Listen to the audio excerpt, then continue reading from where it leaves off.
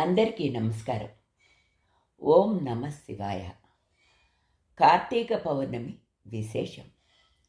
కార్తీక పౌర్ణమి చాలా ప్రత్యేకం. కార్తీక పౌర్ణమిని దేవ దీపావళి, కైసిక పౌర్ణమి, కుమార దర్శనం అనే పేర్లతో కూడా పిలుస్తారు. ఈ కార్తీక పౌర్ణమి హరిహరులిద్దరికీ ప్రత్యేకం.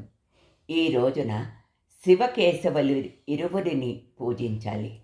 వేదాలను అపహరించి సముద్రంలో దాక్కున్న సోమకుడు అనే రాక్షసుడిని సంహరించేందుకు శ్రీహరి మత్స్యావతారాన్ని ధరించింది ఈ రోజునే. శివుడు త్రిపురాసురులను సంహరించింది కూడా కార్తీక పౌర్ణమి నాడే.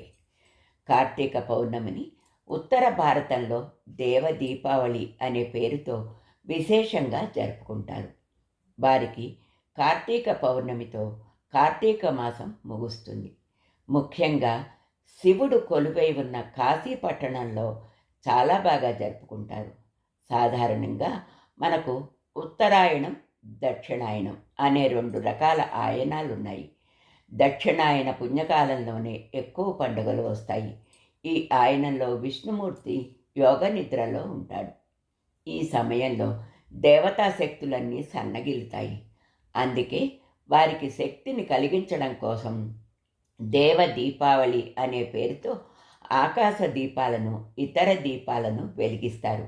మామూలుగా ఆశ్వయుజ అమావాస్య నాడు వచ్చే దీపావళి పితృదేవతల కోసం చేస్తారు.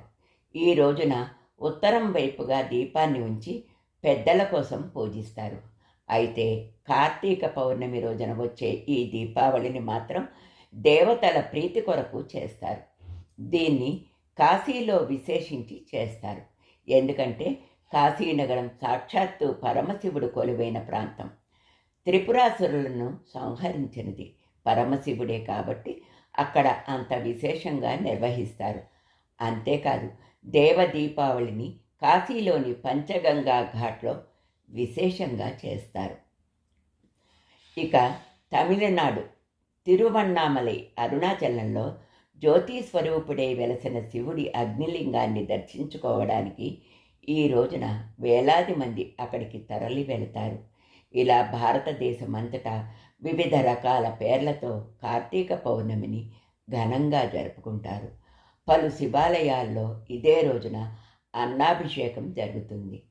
తిరుపతి అలిపిరి వద్ద గల కపిలేశ్వరాలయంలో జరిగే అన్నాభిషేకానికి విశేష ప్రాధాన్యత ఉంది. ఓం నమ శివాయ. హర హర మహాదేవ శంభో శంకర. నమస్కారం.